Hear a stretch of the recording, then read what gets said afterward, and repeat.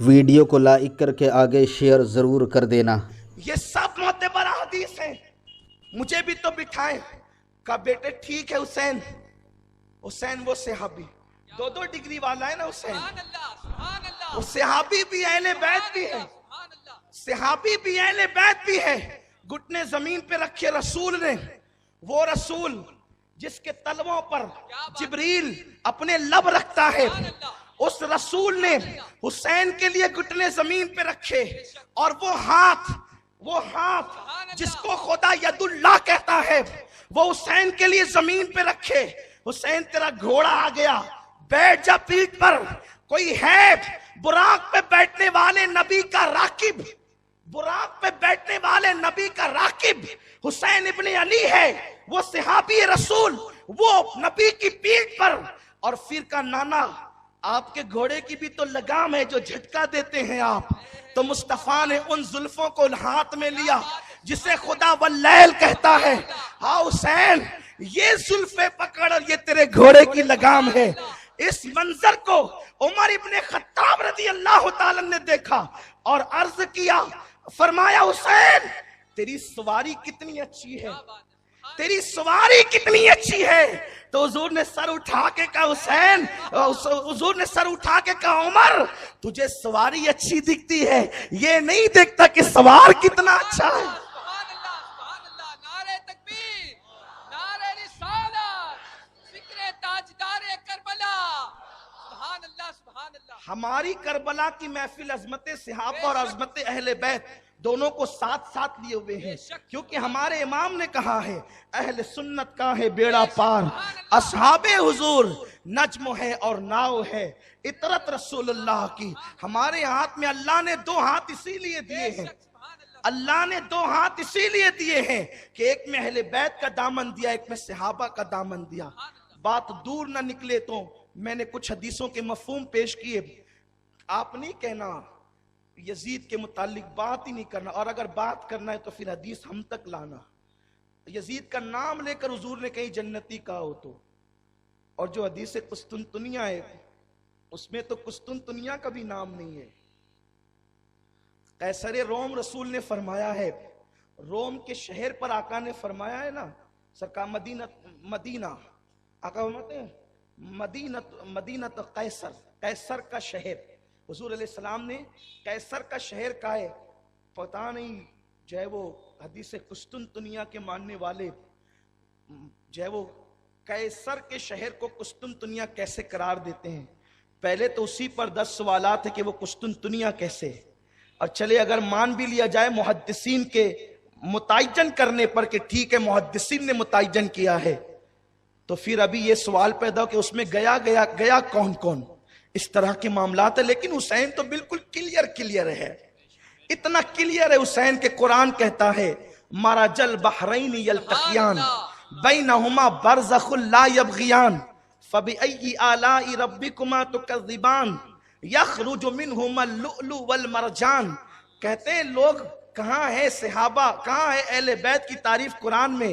ہم کہتے ہیں سید المفسرین ابن عباس سے پوچھ یہ کون ہے مرج البحرین کون ہے، تو ابن عباس کہتے ہیں یہ 2 دریا میں ایک دریا طہارت اور پاکیزگی کا دریا ہے جس کا نام فاطمہ بنت محمد ہے، اور دوسرا دریا دریائے ولایت ہے جس کا نام علی ابن ابو طالب ہے۔ جب یہ 2 دریا ملتے ہیں تو قرآن کہتا ہے کون سی نعمت کو جھٹلاؤ گے، او جھٹلانے والو جھوٹو کون سی نعمت کو جھٹلاؤ گے، کس نعمت کو جھٹلاؤ گے؟ یہ وہ نعمت ہے جس کے صدقے نعمتیں ملی ہے، یہ نعمت وہ ہے نعمت کبریٰ، ساری نعمتیں۔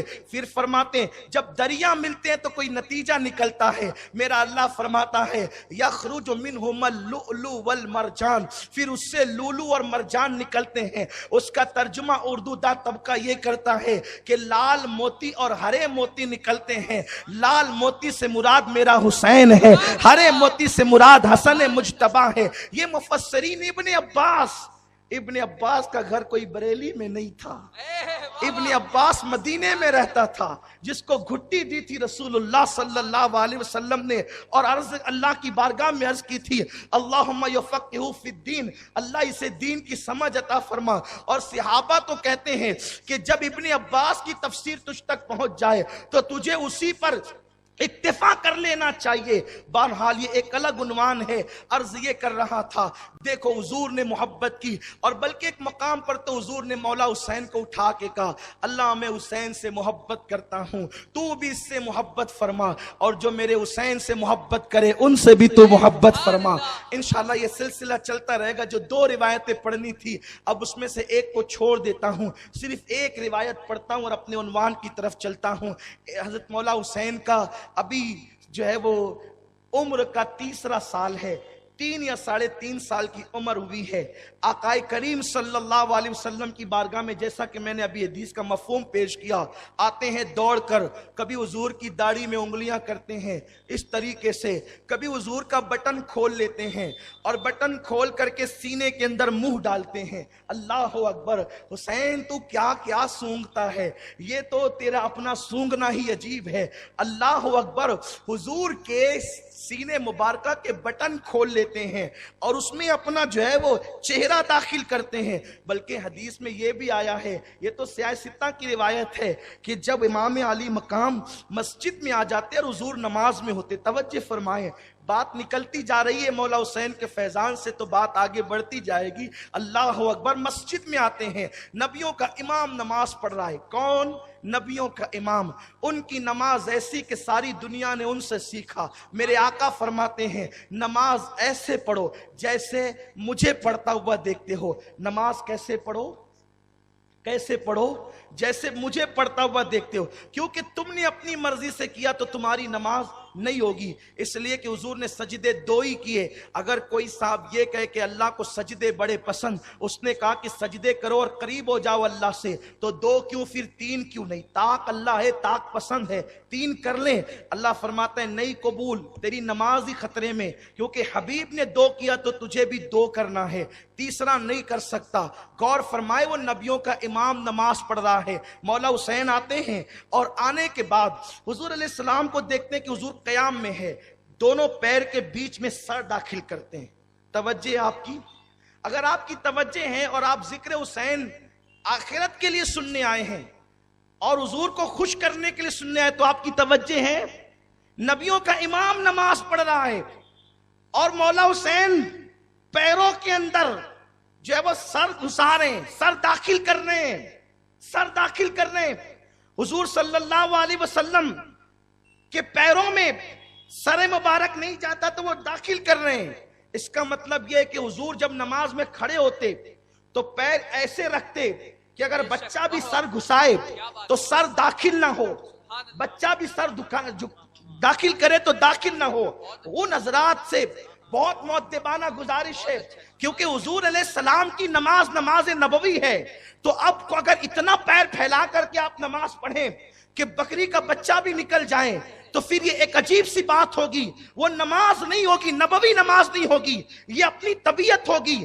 بات جب میں سیاہ ستہ کی پڑھ رہا ہوں، کیونکہ آقا کریم صلی اللہ علیہ وسلم نے فرمایا نماز ایسے پڑھو جیسے مجھے پڑھتا ہوا دیکھتے ہو، تو سیاہ ستہ تو یہ کہہ رہی ہے حسین سر ڈال رہے ہیں لیکن سر جاتا نہیں، تو اب نبی نے کیا کیا؟ حسین کی محبت میں، حسین کی محبت میں، حسین کی محبت میں، یہ روایت اگر ہم کتاب میں نہ دکھائیں تو ذمہ دار ہیں، اس لیے کہ جو جی میں آئے بول کے جانا یہ طبیعت قطعی نہیں ہے۔